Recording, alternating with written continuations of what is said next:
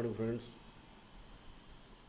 ఈరోజు ఒక క్రీడల గురించి ఒక వార్త వచ్చింది. మనకేంటంటే ఉసేన్ బోల్ట్ మన ప్రపంచంలోనే వేగంగా పరిగెత్తగలిగినటువంటి ఒక ఆటగాడు. అతను ఒక మన రన్నింగ్ రేస్ చూస్తే 100 మీటర్స్ పరుగు పందాన్ని జస్ట్ 2 minutes లోపే చేస్తాడు. 115 సెకండ్స్లో. ఆయన ఇప్పుడు అంత ఆటగాడు.